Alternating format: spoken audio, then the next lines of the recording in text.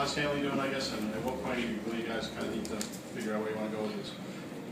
Hanley's doing okay. He's improving every day, getting closer.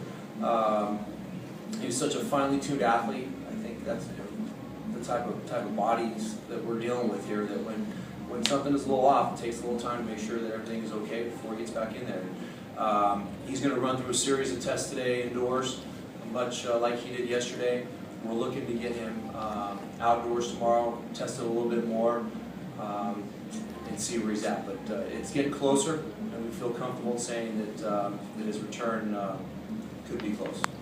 What's the latest on Pablo? Pablo came in today a little cranky with that elbow, and everything was negative yesterday. All the tests that were done negative, so he's okay. But I think he's a little swollen, and we took it out of his hands. We just thought, you know what, here's a guy that got hit pretty good, and is dealing with a little bit of discomfort. So instead of forcing him to get out there, we just said take the day today, and we'll see where we're at tomorrow.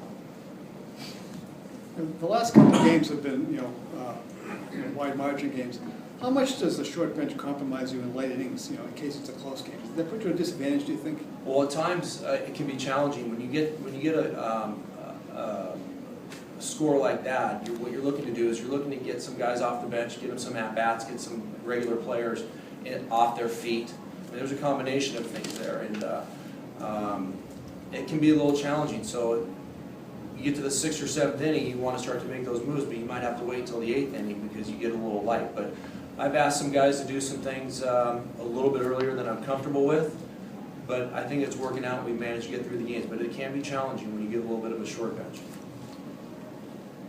I know you have to come in here after a game, it's almost immediate, and you have to respond to what happened, but when you're heading home yesterday, is there a moment before you put the game away that you say, wow, that was one incredible day for Jackie, and just everything, just the way that was surreal, numbers you guys put up? Of course. We see the same thing everybody else does. We react the same way everybody else does. We have those moments where we can, walk home and let our guard down and think, that was pretty spectacular. Yesterday was an amazing day, and we have to appreciate that.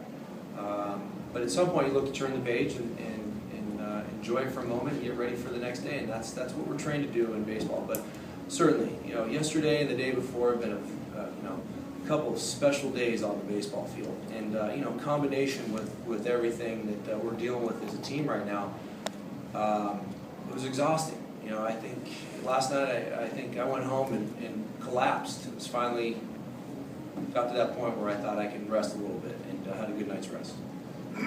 Torey, what was the report out of Lowell with Porcello's? Threw the ball really well. In my conversation with Rick, he was really pleased with how the ball was coming out of his hand. A little bit range shortened, unfortunately. He was supposed to go 4-65. He didn't get quite to that complete that 4th inning.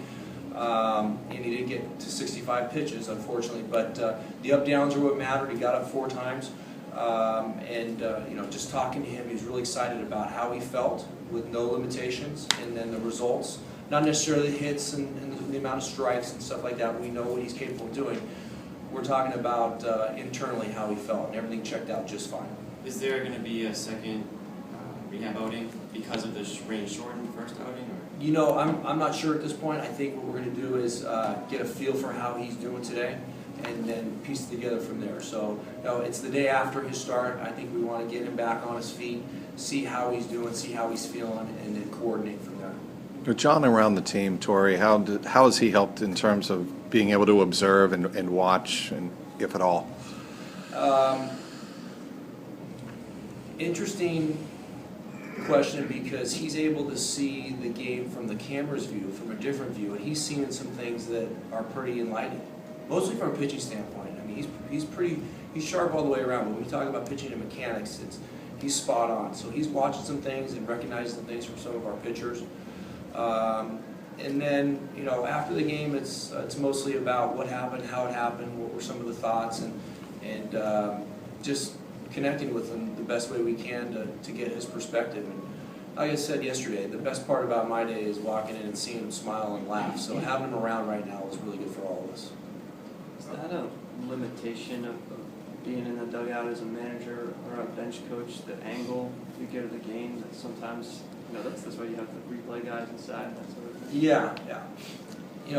Video brings a whole new element to what we're able to see and how we're able to view the game.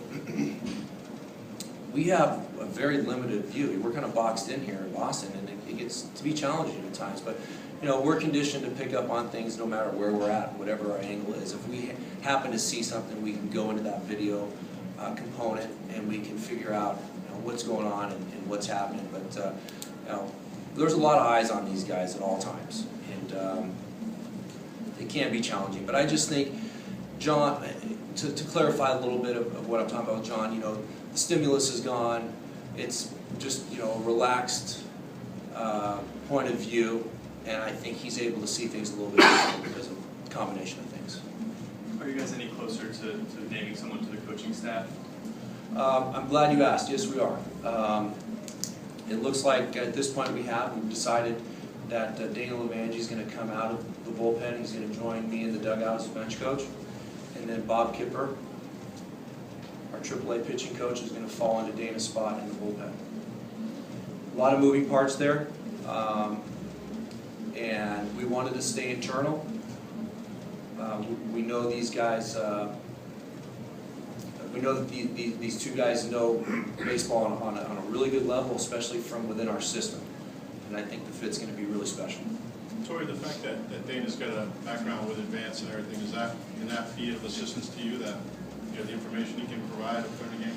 Of course, there's a lot happening in the dugout. I know it's hard for people to understand what's going on, but from my point of view, there's 3 or 4 different areas that I've got to run into, and to have that bench coach there to challenge some of my thoughts, to endorse some of my thoughts is going to be nice to have, especially given Dana's background.